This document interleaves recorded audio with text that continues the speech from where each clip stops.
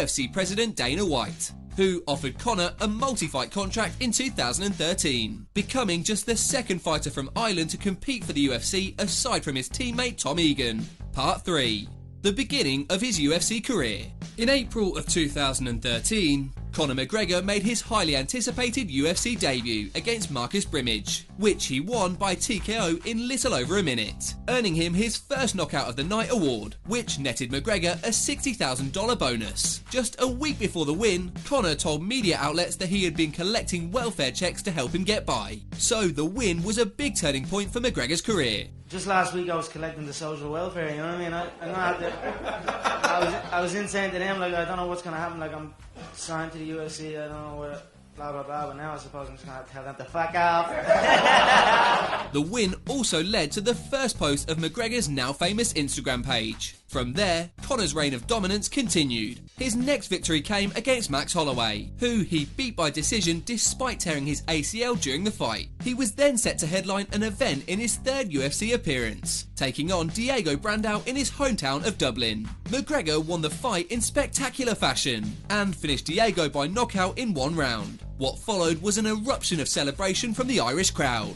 The win was followed by the now famous quote from McGregor, in which he stated, "We're not here to take part, we're here to take over." The speech left thousands of Irish fans cheering, and it was clear that McGregor's star power was rising tremendously. Part 4. Championship aspirations. From there, McGregor continued his rise to stardom, finishing both Dustin Poirier and Dennis Siver by knockout. His 5 wins in the UFC put McGregor next in line to challenge featherweight kingpin Jose Aldo for the belt. The fight was announced in January of 2015 and was set to headline UFC 189 in July of that same year. The two even went on a wild 12-day world tour to promote the fight, which included stops in both Aldo's home country of Brazil as well as McGregor's hometown of Dublin.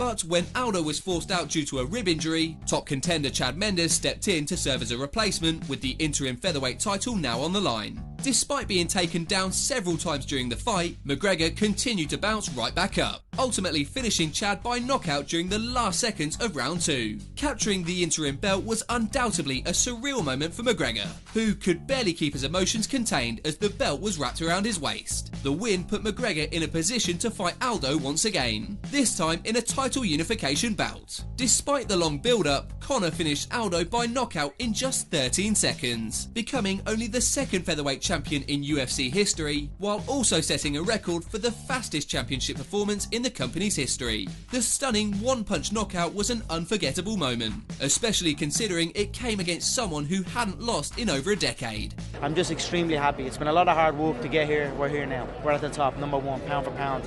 Ireland, reign supreme. Part 5. A temporary setback. Following his win at UFC 194, McGregor expressed his desire to become a 2-division UFC champion. KO Jose and KO whoever holds that lightweight belt. And within the next 2 fights I will be a 2-weight world champion.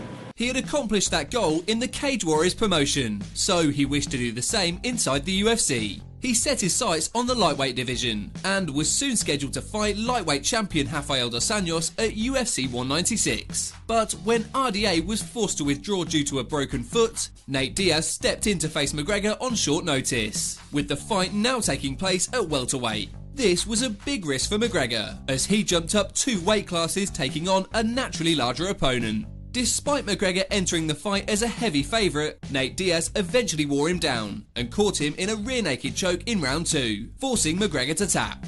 It was the first loss of McGregor's UFC career, and one that ended his 15-fight winning streak. But the loss didn't keep him down for long. Instead, McGregor accepted defeat and vowed to make the necessary adjustments the second time around. I've been on the end of many defeats in my life, and I've rose back, so I will not shy away from it. I will not make excuses for it.